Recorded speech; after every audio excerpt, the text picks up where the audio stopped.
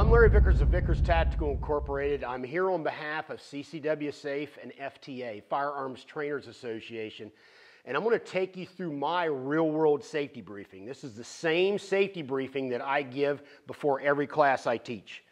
They're based on the 4 NRA safety rules, but I put them in a real-world context. And this is critical because we have millions of people carrying concealed in the United States every day. So when you're training with your firearm, you need to be thinking about real-world firearms use.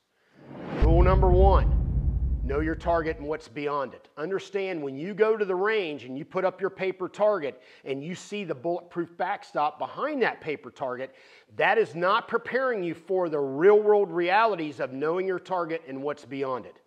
You're not going to be shooting at a paper target in the real world, and you may or may not have a bulletproof backstop behind the bad guy you're shooting at in the real world. So when you're at the range training, it's almost like a blind spot. You don't even think about where the bullets are going once you've identified the bulletproof backstop. That's not getting you ready for using the firearm in the real world, and you need to be aware of that.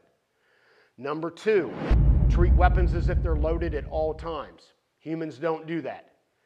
What humans actually do is treat weapons as if they're loaded at all times, except when they've convinced themselves they're not loaded.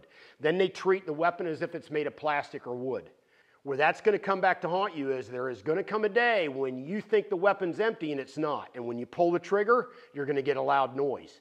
You want to make sure when that day arrives, nobody's bleeding and you're not calling 911. That's why it's so critical to treat weapons as if they're loaded at all times and give them the respect they deserve. Rule number 3, muzzle awareness. Do not allow your muzzle to cross anything you're not willing to destroy. That one goes hand in hand with rule number 2. And understand something, if you attend a class of an instructor like myself or someone else and we have you on a firing line, that's for safety and control purposes. There is no firing line in the real world. When you're carrying concealed at your grocery store or your local retailer, there is no firing line. So real-world muzzle awareness falls on you, and you have to make sure you're not sweeping people with your muzzle that you don't intend to. And last but not least, rule number 4, do not put your finger in the trigger until you're ready to shoot. This one's critical. This is the golden rule of firearm safety. I've got my Glock 19X here. It's empty, no magazine, nothing in the chamber. And I'm going to show you the finger position that I recommend with a pistol such as this. Finger well away from the trigger guard as a right-hander touching the bottom of the ejection port, or as a left-hander flat against the slide. Human nature finger straight is finger directly in front of the trigger alongside the trigger guard. The problem with this position is if you get into a stumble or a fall and you get the grab reflex going, it can turn into an AD very easily.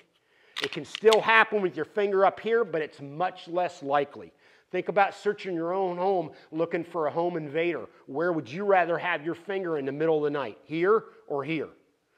If you're using an AR-15, remember, as a right-handed shooter, don't put your finger on the magazine release even though it's the most natural position for it to be. You want to keep your finger off the magazine release but still well away from the trigger guard. Hopefully these safety rules make sense to you, and remember, this is all about preparing you for using a firearm in the real world, not on the range.